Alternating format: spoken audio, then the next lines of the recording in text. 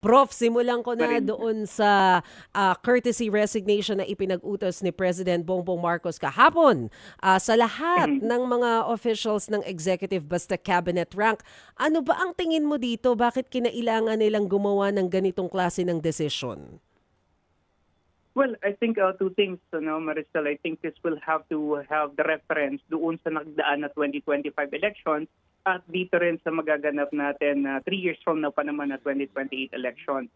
Well, alam naman natin na itong tinatawag natin na technical reset, or governmental reset na ginawa ng ating Pangulo, binabanggit nga niya na was done in accordance doon sa mga sentimiento ng ating mga kababayan. And I think this was reflected doon sa nakaraang referendum ng ating halalan kung saan hindi inaasahan na iilan lamang yung nakapasok doon sa Magic 12. So I believe this is a way for the President to really recalibrate yung kanyang options with regards government service delivery.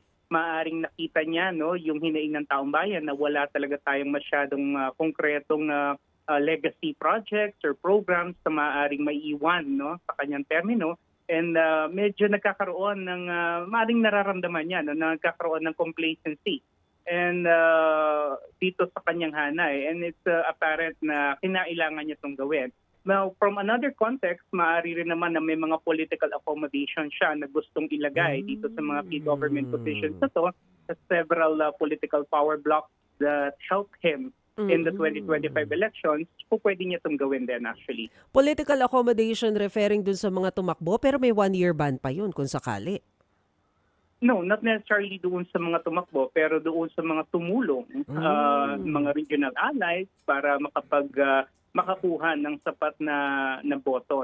Pero I think more than that, I think the President is portraying here the image na para siyang, hindi lang siya political leader, para siyang President CEO na gusto niya ng resulta, gusto niya ma-deliberate yung performance, gusto rin niya na makita, ma-recalibrate kung sino ba talaga yung hindi nagtatrabaho ng tama, and to make hard decisions. So this is giving, from a communication standpoint, maganda yung optics nito para sa ating mga kababayan that he is trying to change the image. Kasi yung imahe niya na masyadong mabait, medyo sinasabi ng iba, weak and indecisive. But then again, with this kind of pronouncement and this kind of initiative, medyo pinapakita niya yung other side niya, na kaya niyang gumawa ng mga hard decisions para magkaroon nga tayo ng mga sabihin na nating long-term gain. Sige, sisentro ko dyan sa sinasabi mo, Prof, na hard decisions. Pero Yeah. hindi ba mas pagpapakita ng weakness na pina-courtesy call mo lahat ng cabinet members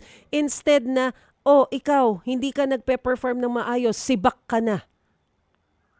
Well, pwede naman niyang gawin yon. That is within the purview of his power. Kanya lang, if that will happen or if kung yun ang gagawin niya, he may actually turn, more post and maaring maging kalaban niya pa to eventually later on.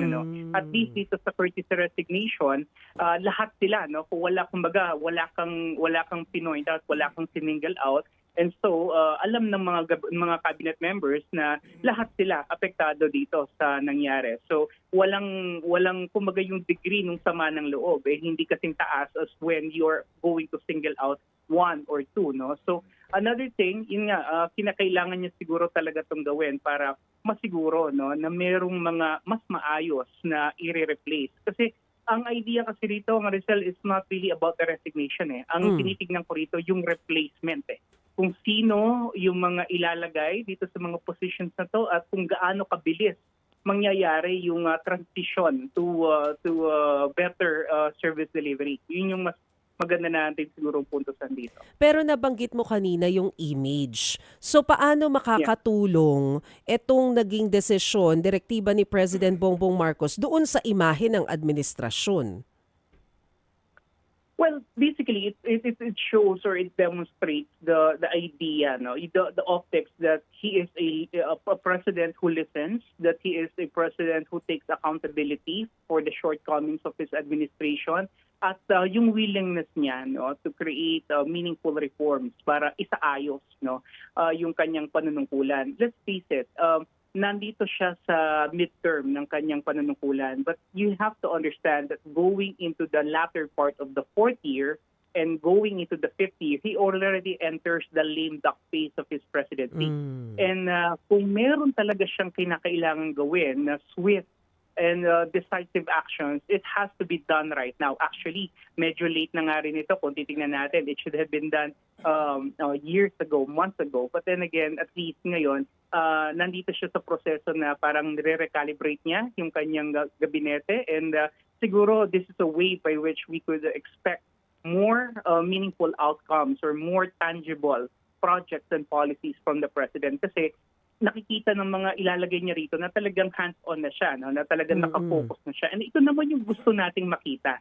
Kasi for 1 year or so, masyadong naging focus ang administration na to doon sa political noise. No? Medyo na-set aside yung socio-economic imperatives. Kaya dito, kumbaga parang nire-realign niya yung kanyang vision, which I think is good.